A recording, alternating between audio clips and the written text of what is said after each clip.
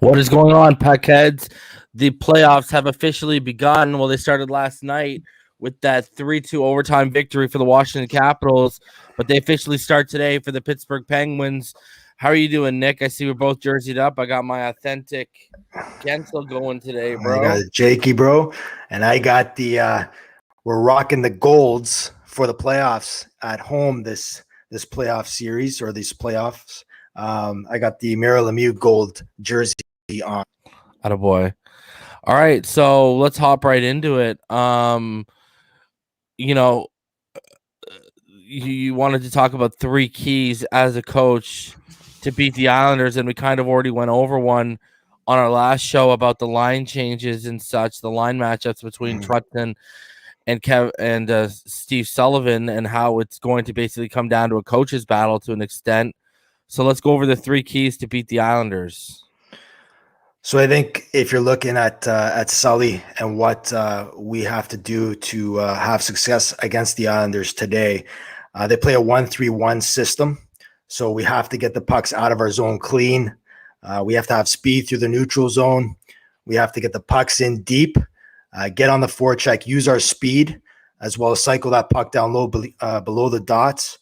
And also as well, when we get in the offensive zone, because normally the Islanders forwards collapse in front of the net. We need to use our D and make sure our D gets those pucks on net. So those are a few keys to hopefully a victory today for the Penguins. What do you think? Do you think that victory is going to come today or what? Well, I think I hate day games for the Penguins. I don't like the start time of the 12:25 puck drop. Hockey players are especially used to routines, especially on game day, getting up in the morning, maybe going for an optional skate, have lunch, go for a little nappy, and then, pick up their favorite beverage before the game and go to the rink and put their hockey mindset on. But, it's a little different. I'm sure the boys were up probably around 5:30 or 6 o'clock this morning. So game days are a little different when you have a noon start time. Don't you love NBC? Where's TNT and ESPN when we need them? Well, what was it? Who was that ESPN jabroni that was going off about Tom Wilson last week that everyone was dragging through the mud? Yeah, I think his last name's Scott or something. Yeah, ESPN's not going to be much better, it looks like, bro. Well, and we're going to have what's his face breaking down the games now. Who's that? Charles Barkley? Barry Melrose, baby. Is he back? Is he back? I don't know. Oh man, I just remember us being in Pittsburgh or wherever, and we'd fall asleep watching the post game of the Stanley Cup and Barry Melrose on ESPN talking hockey. All right, so those are your three keys for the Penguins to win. All right, so I mean, for me, my three keys would be, we'll get into them here in a little bit. Malkin. Is this guy going to be healthy? Is he going to be more useful than a pylon? That would be my number one key. My number two is, who's going to win the battle between the pipes, Varlamov or Jari? And my number three for me would again come down to what we're talking about. Who's going to win the matchup behind the bench, Barry Trotz or Sullivan? Right. So those would be my three keys to victory for the Pittsburgh Penguins in this series, not just this first game. Speaking of Evgeny Malkin, update from practice. So update from practice yesterday. Gino did skate with the team. He was on the ice 45 minutes before actually the team got on there. With Heinze there, just skating around, shooting the puck, whatnot, getting some extra work in. But the interesting note of the practice was that, 71 did not practice in the line rushes as well. He did not practice with the PP unit, the number one PP unit. Yeah, Jared McCann in there, where Malkin would be prior to Malkin coming back. The lines yesterday were Crosby with Rust and Getzel. Then you had Carter, McCann, and Kapanen. You had Zucker, Gaudreau, and Rodriguez, and then you had Bluger, Czar, and Tanev. And Tanev this morning officially got off the IR, so it looks like he will be in the lineup for the Penguins today. I believe of course, Jari will be starting with, I think, I'm guessing this, well, not really guessing, it was a report today, DeSmith will not be backing up Jari. It will be Legacy backing up Jari today. Are you talking about the man that just pitched a donut not too long ago? Manny Legacy will be backing up Tristan Jari. I like our chances, bro. And for the Islanders, their lineups look like it's going to be Leo Komarov, Matthew Barzal, and Jordan Eberle on the top line. On the second line, Anthony Beverley, Brock Nelson, Josh Bailey. On the third line, Kyle Palmieri, John Gabriel Pajot, and then Oliver Wahlstrom. And then their fourth line, Cal Clutterbuck, Casey Cizikas, and Matt Martin. All right, so just before we move off this topic, does this concern you? No, not really. I think, the Penguins have been playing without 71 for a little while now. I think that, the team knows how to play without 71. So if Gino needs some time here, with that, it's probably his knee again. I'm fine with that. I think the Penguins have been on a good roll with the lines they're using. The third line is definitely interesting, though. Looking at the Zucker, Goudreau, and Rodriguez line, they haven't played together, I don't think, through this time here. So we'll see how that plays out. Interesting note too, as well as, if you looked at the game last night with Washington and Boston, the physicality of the way the Caps came out, and I'm expecting the Islanders to come out the same way today. So can the Penguins deal with that physicality? Can they deal with that stuff after the whistle? Are they going to play the right way, like Sully says? Again, we talked about it the last podcast. Do not retaliate. Stay out of the box. Did you see that little piece on Freddie Goudreau yesterday? I just read the title. I didn't really look at the whole Talbot and Letang, and everyone was talking about how he's basically infectious to be around, and everyone just wants to hang out with the guy, and everyone loves him. Freddie Hockey Baby has arrived in Pittsburgh. All right, yeah, that's good. That's good. All right. Sure.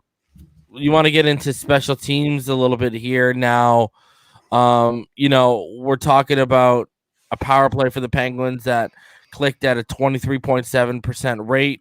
The Islanders clicked at 18.8%, a penalty kill rate of 77.4 for the Penguins, and 83.7 for the Islanders. When you go head to head with them this season, though, we clicked at a 25% rate on the power play against the Islanders. They clicked at a 35% rate against the Penguins on the power play. And then penalty kill, obviously, we were at 65% against the Islanders. They were at 75% against us. Your thoughts on special teams heading in now, especially that you don't have a cluster of bodies on that first power play unit with Evgeny Malkin being involved?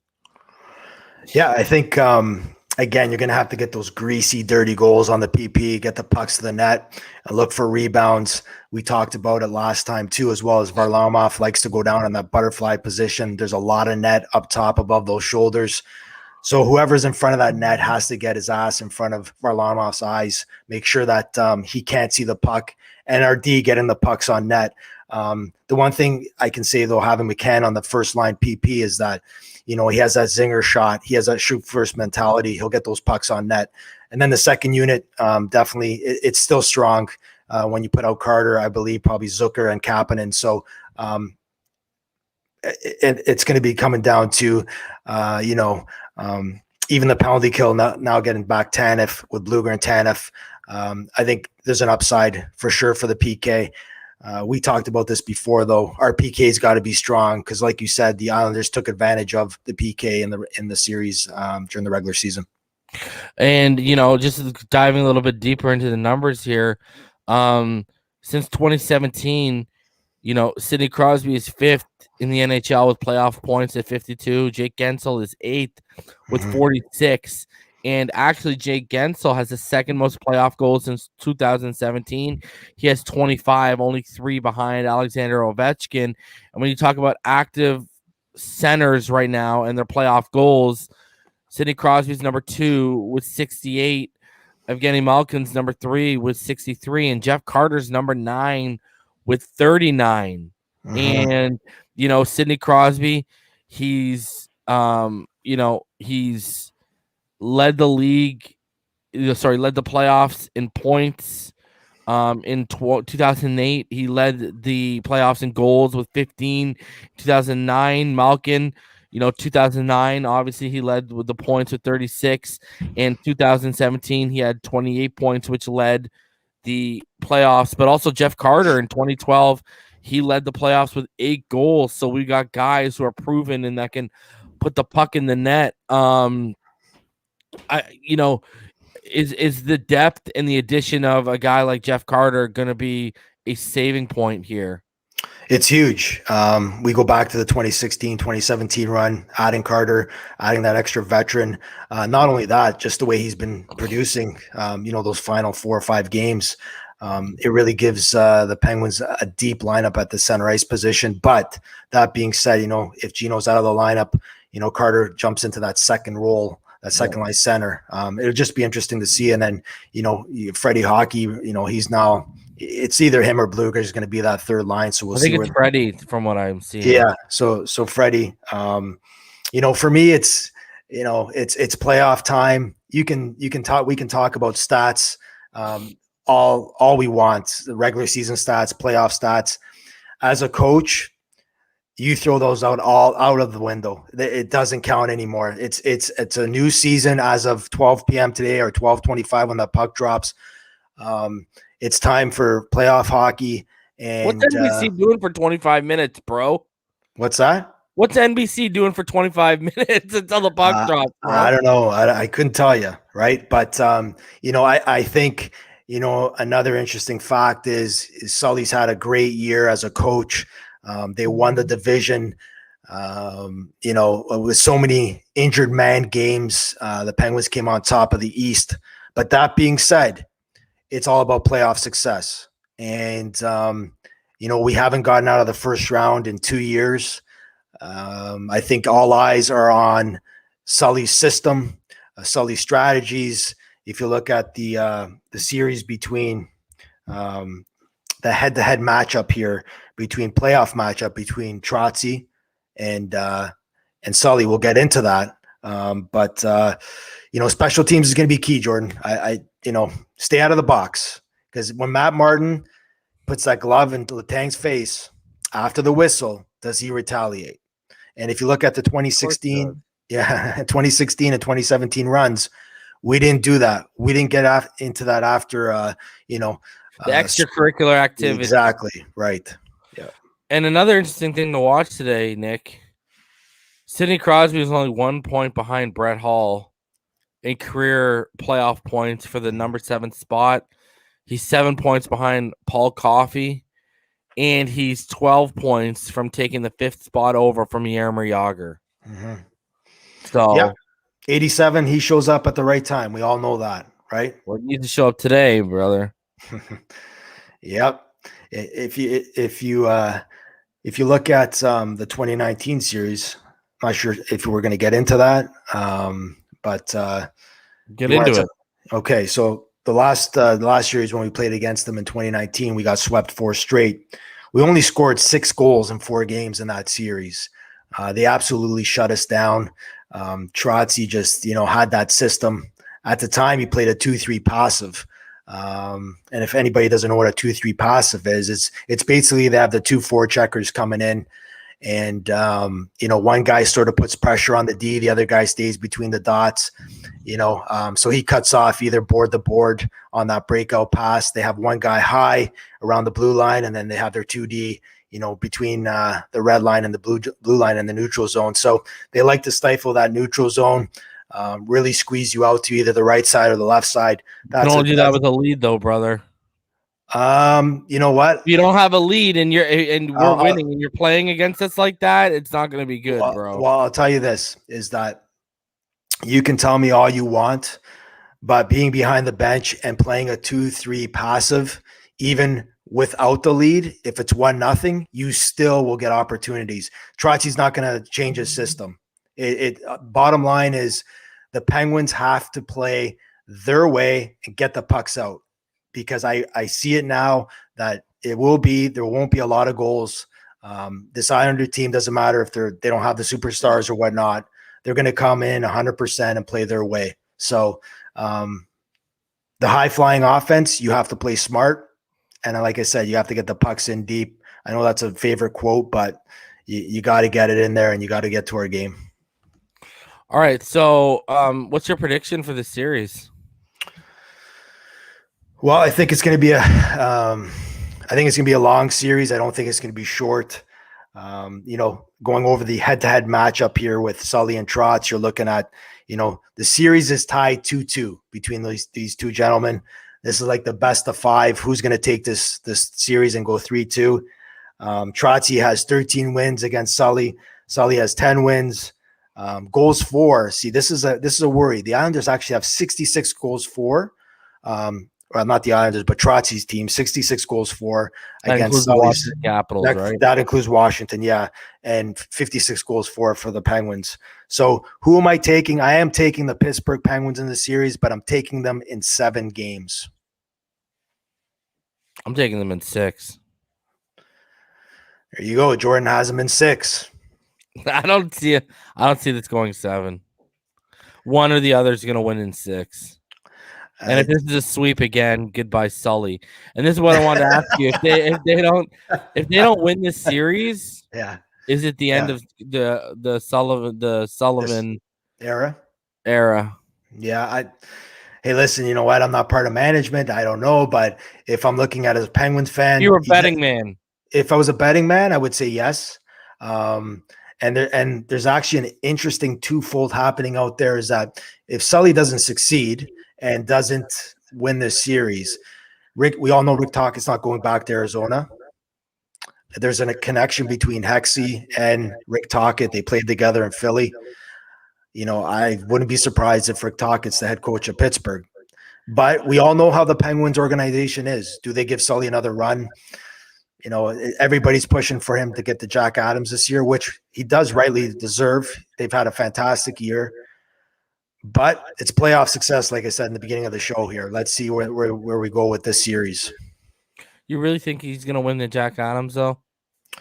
I don't think so, but he's definitely has to be a nominee for it. Yeah, because of fighting through the injuries we had and ending up taking the division in the end from where we were when you go all the way back to January. Right. I guess so, but they never reward us with that, ever. Well, the Penguins really always get screwed at the NHL award ceremonies there every year. So, even Sid, I think it's his time to be recognized as a two-way hockey player, which he has been for years. That Selke should be in his back pocket for sure. 100%. You've already had a couple, bro. What is this nonsense? Right.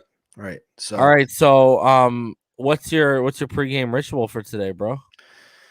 Well, it's a nooner, so this guy says he wants to relax and he's sighing and he's like, you can hear it in his voice, the tension, but relax. I am. You know what? I want to just I might have a beverage just before the game. Oh, some day drinking. Yeah, that's how you relax.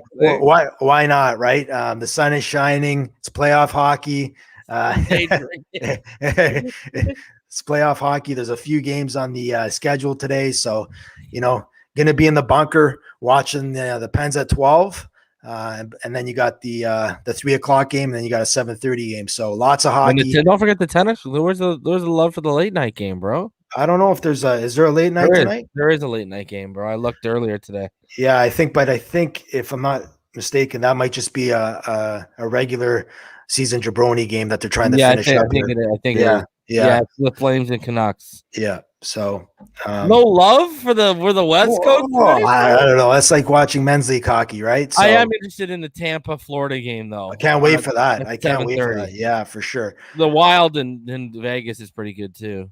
Yeah. Why are we even putting the Flames and Canucks on TV, bro? Just go find a pond, go play it out, and let us know who wins. Just go to your local rink. Go to the local rink, right? Go to the barn, bro. Yeah. Go to the barn. Yeah. All right, man. I know we wanted to go short here just because we're going to be doing a post-game show as well after the game is done. we'll be going live, and that might even extend longer than a half hour, depending on Nick's mood. See, so the problem is if the computer makes it through the game. the problem is that, and Jordan and I have been to many Penguins games, right? And my knees shaking, and That's why I told you before we went live. Because like I want to relax, sit down and relax. I'm like, bro, your knees are gonna be going up and down. Yeah, like I got the Jimmy leg happening. But the problem is that I can't just watch a hockey game without coaching the game. It's just part of it. Like Jordan and I are watching games, and I'm like, bro, 5-minute segments. Everything's a 5-minute interval. We need. Okay, so just breaking news: Malkin isn't on the ice for warmups, so that is official. Malkin will not be playing today. This guy, the Russian bear, more like the Russian piece of glass, bro. All right, we just got to drink some vodka before the game. I meant to tell you too when you call him the Russian bear. Yeah, man, I wish we were facing Ilya Brzgalov, bro. He's in the forest somewhere. I only fear bear. In the forest. I don't know, man. I just. Hey, listen. You know what? As much as we're disappointed, but they've played well without 71. I really want. Not even that. It's the day game. Yeah, I know but you know what? It's beautiful weather. It's playoff hockey. I'm sure Catherine Tappan's looking nice and extra nice for today's game. Right, and maybe we'll have a little bit of even. What do we have in Pittsburgh before we went there to the game? It was fireball, couple Jager bombs, couple fireballs, right? Walk over the bridge, have some fun. Bro, it is so sad that we won't be able to go to a playoff game this year. And I'm absolutely so disappointed that it's gonna be bittersweet if they even go to the finals, because obviously we'll be excited, but we won't be. We'll have to get together for some of the games. Yeah. And relive the magic. And relive it, yeah. Mike Matheson is wearing a full face shield in warm-up as well. Oh, he's got the AHL look, huh? I think he's got the fishbowl on. He's got the bubble, so he doesn't have. He's got the full bubble. I believe he had that in practice. The junior hockey look. My bad. Yeah, he's got that that NCAA look that he had when he played in the NCAA. So it's great news that he's in the lineup. Tanev, I believe, will be in the lineup, so he'll bring a spark to the team. And like I said, with McCann being on that first power play unit, that might be the best thing for the Penguins today. So let me ask you, before we get out of here, that Zucker, Goodrow, Evan Rodriguez, would you be treating them more as a fourth line and Czar, Bluger, and Tanev as your third? 100%. I would definitely, have that Bluger line being your third line like they have been when they were all three together during the regular season. We'll see what Sully. I hope Sully can win these matchups today. The line changes, the line combos. Look at who they're going to put against Sid's line and start reversing that, and play the game, because Trotzy likes to play the game. So play the same way, right? Get that mindset. If you got to take Sid off, 17 seconds into a shift, take him off. Don't be stubborn, Sully. Don't be stubborn. Okay, win this series, win the matchup, and take advantage of home ice, for God's sake, bro. 100%.